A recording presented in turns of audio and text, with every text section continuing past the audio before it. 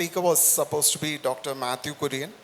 I have gathered his slides. I'll just mention a few points on the fitting of the ICL in the right patient. So just a few slides I'll talk upon regarding his topic. So as you all know, the fitting of the lens is very important. One can't go wrong with that because as you know, the vault is highly specific. Like you can't go beyond one and a half thickness of the cornea. So it's something like 900 microns. Beyond 900 microns, the vault is too much. And if it's too less also, it's going to cause cataract, and the lens might move around because it's a loose lens that is going to be fitted in. So what we normally follow is the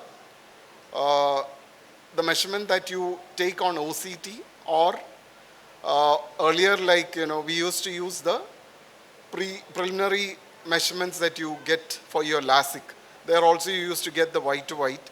So this, along with the manual measurement of white to white using a digital caliper, that is what we depend on. And these are the two measurements we take. And then when you do the measurement with the caliper, actually we repeat it at least 3 to 5 times and then take an average of the white to white, and then with the refraction and the details regarding the anterior chamber depth and white to white, you send it to the company and they provide the different options along with the correction that is possible. So here you can see what is the vault that is mentioned. It's the distance between the crystalline lens and the posterior surface of the lens, the implant. So it should be ideally around 600 microns, and anything beyond 1000 microns is high vault. You can see the iris is pushed forwards. So what happens is the endothelium can get damaged, pigment dispersion could be there, and also angle closure glaucoma is a high possibility. So such high vault lenses, better remove it and correct it with the right kind of size of the lens.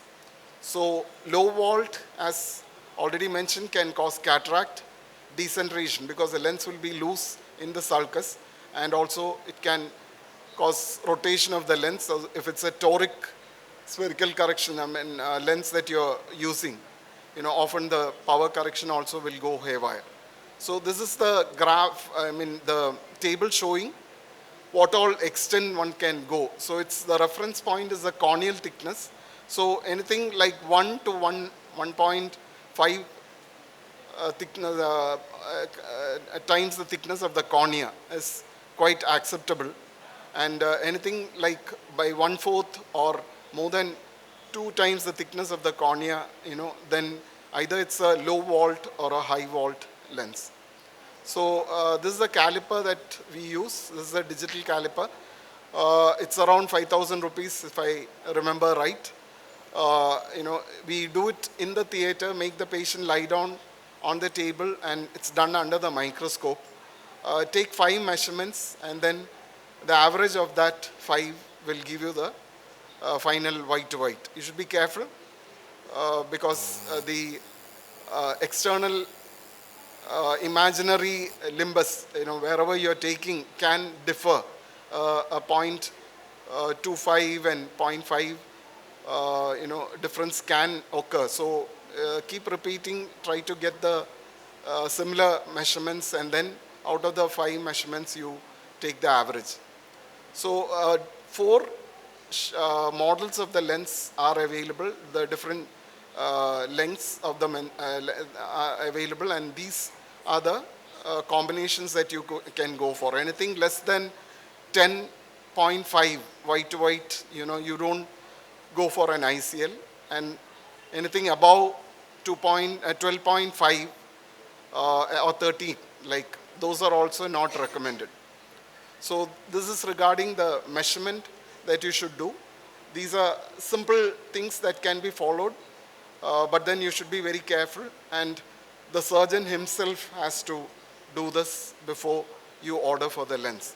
And usually the lens takes around 2 weeks, or if the lens is not available locally, it might take a little more longer. So all that has to be planned when you're doing a phakic IOL, especially ICL.